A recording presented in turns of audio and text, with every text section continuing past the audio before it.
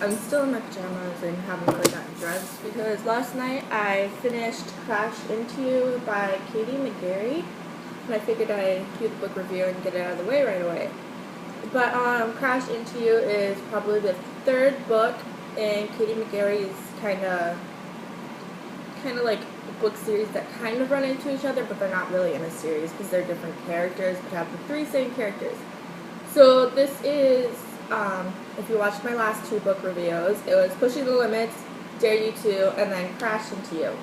It still has, this is Isaiah's story now instead of Noah's or Beth's, and it was published in 2013, so pretty much right after Dare You To.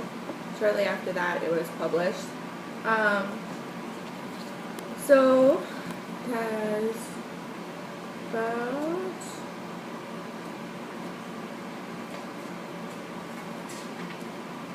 .474 pages, so it's a little longer than the others, but it's still pretty easy to read, short words, easy to read, big letters.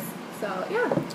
The back, it says, "The girl with the straight A's, designer clothes, and perfect life. That's who people expect Rachel Young to be. So the private school junior keeps secrets from her wealthy parents and overbearing brothers. And she's just added two more to the list. One involves racing strangers down dark country roads in her Mustang GT. The other, 17-year-old Isaiah Walker, a guy she has no business even talking to. But when the foster kid and the tattoos and the intense gray eyes come to her rescue, she can't get him out of her mind.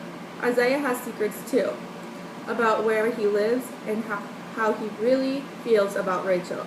The last thing he needs is to get tangled up with a rich girl who wants to slum it on the south side for kicks, no matter how angelic she might look. But when their shared love of street racing puts both of their lives in jeopardy, they have 6 weeks to come up with a way out. 6 weeks to discover just how far they'll go to save each other." So, yeah, like it said, Rachel is from like the rich side of town, and she has money, brothers, and a family, and pretty much she has an obsession with cars. And she was at a gas station one day and somebody invited her to go street racing, and so she ended up getting a love for street racing. And at the street race she met Isaiah, and they ended up in a car chase kind of away from the cops and stuff because they were racing, and that's how they met. But like Isaiah, I don't know if you read, like if you read the other books, is kind of friends with Beth and Noah, who aren't exactly like, you know, straight A's, the rich people. They're pretty much the people who are the below level, like foster kids, you know, just not as up in the food chain as they really could be. So Rachel and Isaiah end up developing a crush, and what happens is they ended up needing to go find money to pay somebody off. So they end up doing a lot of like street race things to gain money to pay that off, even though it really isn't their reason to pay it off, but they end up paying it off. And it just goes through their story of ending up liking each other and how they end up paying off their debt to that one guy and what they do to pay it off. And then the money actually gets stolen, so then they had to find another way to pay it all off. And then Rachel ends up getting hurt, and Rachel's family doesn't exactly like Isaiah, but I mean, they end up growing on each other.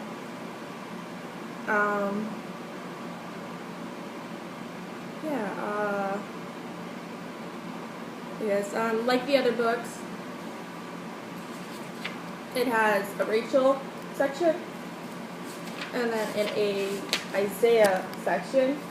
And I like that, again, like I said in the other books, because it kind of goes in to give you room for guessing or questions, because it goes from, like, when they're separate, it still gives you what that person is doing because it overlaps a little, and it lets you know what that person is thinking the entire time. So it's pretty much just like not leaving questions for you and always answering, which I really like how she did that, since it kind of flowed really well, and instead of writing 2 separate books for each person, it was just one, and yeah. So, I mean, the ending, I really liked the ending, but I didn't like the ending because I didn't really know exactly. I wanted to know what happened to her because, I mean, there was an accident and she ended up being paralyzed. Well, not really paralyzed, but like couldn't really walk as well and needed a wheelchair because she got hurt. So she was doing like a lot of rehab and stuff, but it never said if she really got healed again. And I was hoping in the next book that there is, it would mention, but I don't know. We'll have to see. But also in the back of the book, there's some Q&As that she answers, like asking what type of research she had to do for this book, asking questions about Isaiah and Rachel. So kind of like if you have questions about like what she was actually thinking while writing this, she has a little short Q&A in the back of it. And I got this book at Barnes & Noble when I got Dare You To. I think also Pushing the Limits, I'm not positive. But this is a hardcover one, so it was a little more expensive, like a lot more expensive, but it was $17.99 at Barnes & Noble. But, I mean, you can get the paperback version, or you can get a hardcover, or you can get it